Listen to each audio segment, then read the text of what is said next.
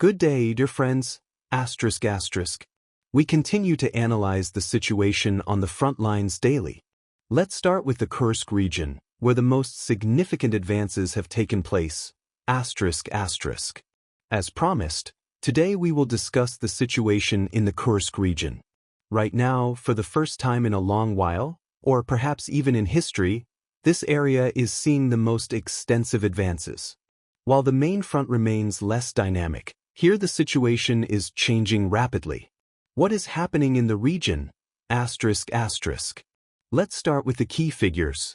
Currently, the armed forces of Ukraine control only 349.6 square kilometers in the Kursk region, whereas just a month ago, they controlled over 450 km superscript 2. Their foothold is shrinking before our eyes. I've already explained why this is happening, but let me repeat.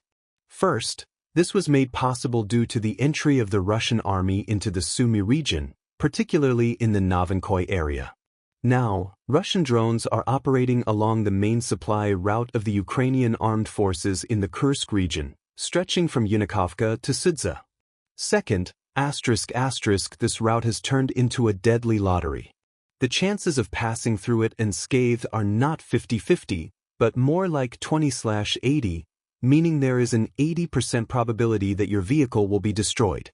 Even Ukrainian military experts confirm this. They state that dozens of Ukrainian vehicles have already been destroyed on this route. And that's exactly what we see. I've shared footage of this very road in my Telegram channel. It's a complete graveyard of equipment.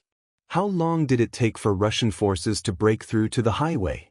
Russian troops had to storm this area for a long time, and it was a difficult fight, but in the end they broke through. And now we can see the results on the map. Red triangle pointed down the Kursk front of the Ukrainian armed forces is collapsing, and rapidly.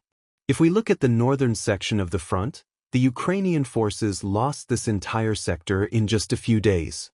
Small Blue Diamond, they had strongly fortified positions there.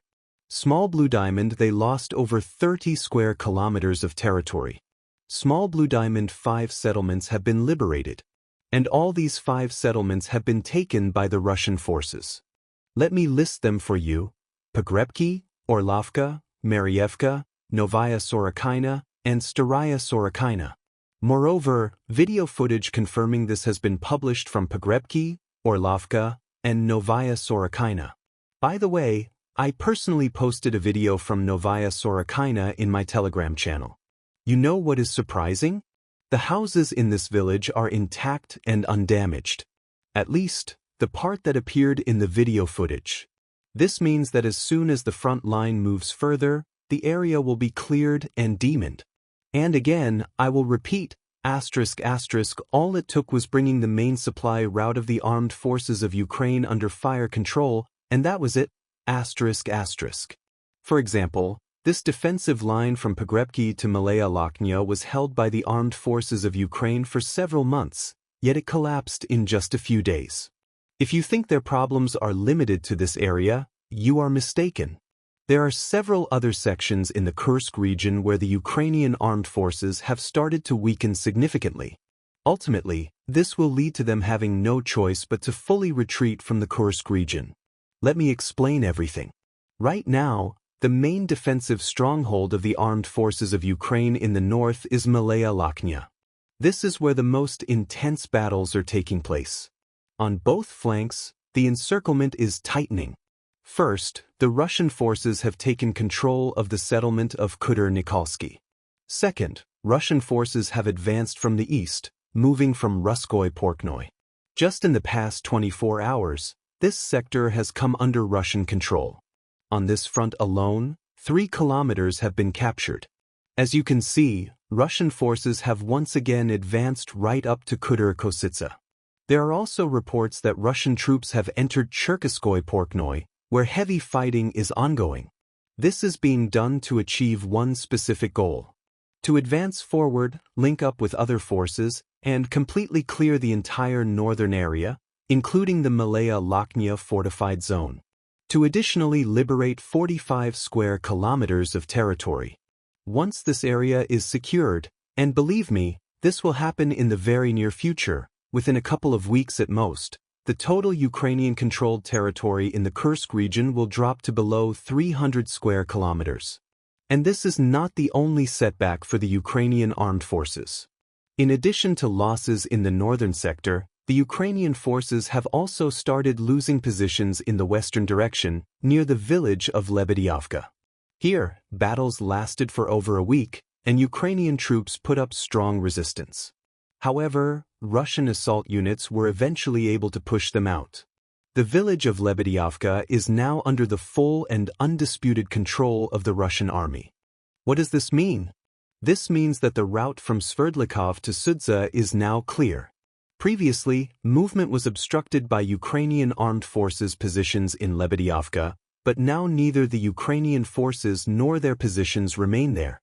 Additionally, there is a second possible route, from Lebedyovka to Loknya. The distance between these villages is now only 2.5 kilometers.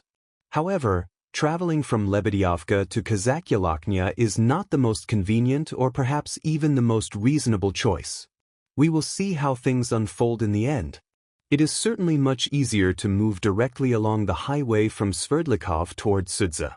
Either way, having multiple routes creates additional headaches for the Ukrainian armed forces. They will have to guess where exactly Russian troops will advance next. Moreover, they can no longer send reinforcements to this area, which is why they are retreating across all sections of the Kursk front. Because, as you can see, they are also losing ground in the south. This is not marked on the map yet, but Kurilovka has also come under Russian control and has returned home. There has already been a confirmed 1-kilometer advance beyond it. This means that Russian forces are approaching this road, which, while not used as actively, still serves as a supply route. In general, any movement in this direction brings Russian forces closer to the main highway. A moment will come when this road will be under full fire control from both sides. At that point, not even a mouse will be able to pass through, let alone a Bradley, a Leopard, or a pickup truck. Additionally, we must not forget about the Russian army's advance in the Sumy region. For now, it is slow, or rather, passive. Nevertheless, the Ukrainian armed forces have lost the village of Zuravka. Now, from positions in Zuravka, Russian troops are firing on Ukrainian lines. For example, in the area of the village of Belavadi, a Ukrainian T-72 tank was destroyed. The distance there is 6.5 kilometers. Overall, as I said at the beginning of this report, the situation for the Ukrainian armed forces in the Kursk region is extremely bad, and that is putting it mildly. Ukrainian military analysts, including Sternenko and others, are outright calling this a disaster and saying it is time to pull back. Here are the screenshots. Asterisk asterisk, I am not making anything up. Asterisk asterisk. And indeed, it looks like this is the end for them in this region. Very soon, residents of the Kursk region will finally be able to start returning to their homes. And as for the houses that were destroyed, the government will undoubtedly rebuild them. Well, that is all for today's Frontline update. And with that, I will say goodbye for today. I wish you all a great last workday of the week, and I will see you tomorrow.